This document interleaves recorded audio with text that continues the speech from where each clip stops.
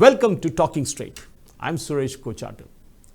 The Madhu murder case in Kerala, which happened long ago, shocked everyone.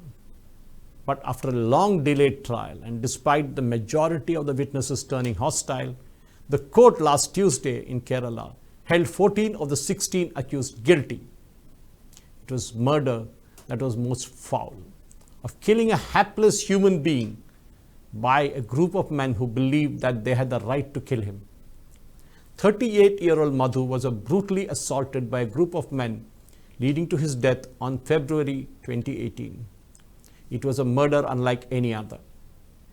Raghu was a mentally challenged young tribal man, and he was brutally beaten and left to die on a charge that he stole rice, pulses and tea leaves from a shop. Madhu, who was a normal child while in school, began to exhibit symptoms of mental illness, and he left his house and started staying in the forest in Attapadi in Kerala.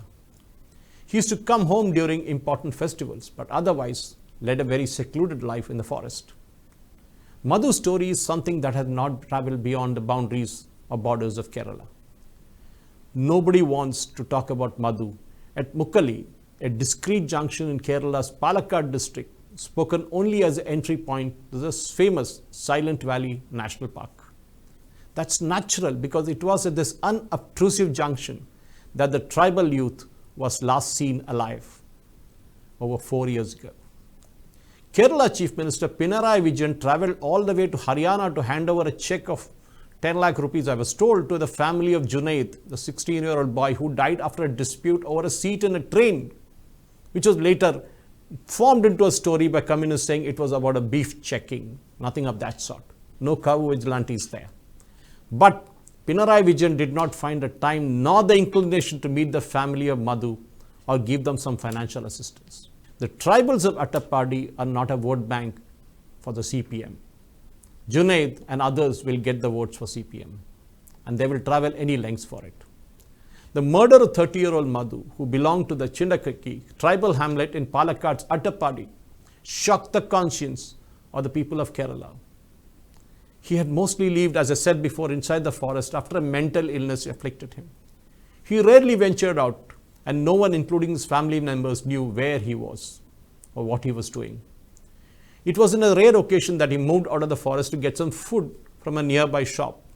Of course, he must have been starving and did not have the money to pay for it. He picked up some rice, pulses and tea and ran back into the forest. A mob then chased and went looking for him, and once they got him, they accused him of stealing rice from a grocery shop and subjected him to torture and humiliation. The mob of 16 people beat him up black and blue and made him walk the last kilometer while being tied up.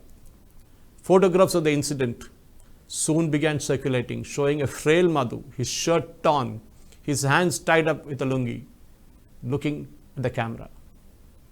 Another picture shows a man questioning Madhu. The pictures were uploaded on social media just before Madhu was attacked. Madhu was captured from a cave in the forest and allegedly beaten up by the group of local people and paraded to Mukkali, as I told you, with his arms tied up. There, after being beaten up, he was handed over to the police, and the police took him to the hospital, and the young man was declared dead on arrival at a government hospital in Agali. That day was February 22nd, 2018. The CPM-led LDF government in Kerala was least interested in prosecuting the accused, and the 3 public prosecutors handled the case at different points in time. In fact, the public prosecutors were not even paid the fees according to allegations by the state government, who thought that these public prosecutors would drop the case and walk off. But that was not it. What was worse was the way the witnesses of this murder changed their stance and showing how money and muscle power was used to subvert justice. The special court at Mannarkad, a municipal town 20 kilometers down in Mukkali, have been witnessing what one can only term as a hostile spree. Of the 60-odd prosecution witnesses, most of them turned hostile. Just a couple of them stood their ground with their claim and their story. The prosecution claims that the witnesses have been influenced and lured with money, while the defense says they are finally telling the truth. Despite all this, the judge of the SC/ST Special Court used the digital evidence, including tower locations, the phones, the videos that were shot, the pictures that were taken of the accused and Raghu. And the videos shot during that time on assault on Madhu proved very, very decisive. 13 of the 14 accused have been sentenced to 8 years imprisonment. The main accused sentenced to 8 years again, but he will have to pay a fine of 1 lakh as well to the family of Raghu. 2 of the accused were let off as offence that committed was minor in nature. In fact, one of the guys was taking a picture while he was taking the videos, which proved to be very crucial in this case. Madhu's murder is an example of where tribals live in the outer fringes of our society and are considered as dispensable, with no health facilities to fall back on in case of even a basic emergency. The tribals who live off procuring the forest produce live an abysmal life. The same story goes across the country.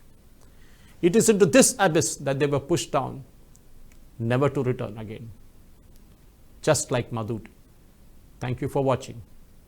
Jai Hind. Please subscribe to Nationalist Hub English channel for more interesting videos, and don't forget to like and share this video. Nationalist Hub, it's a news revolution.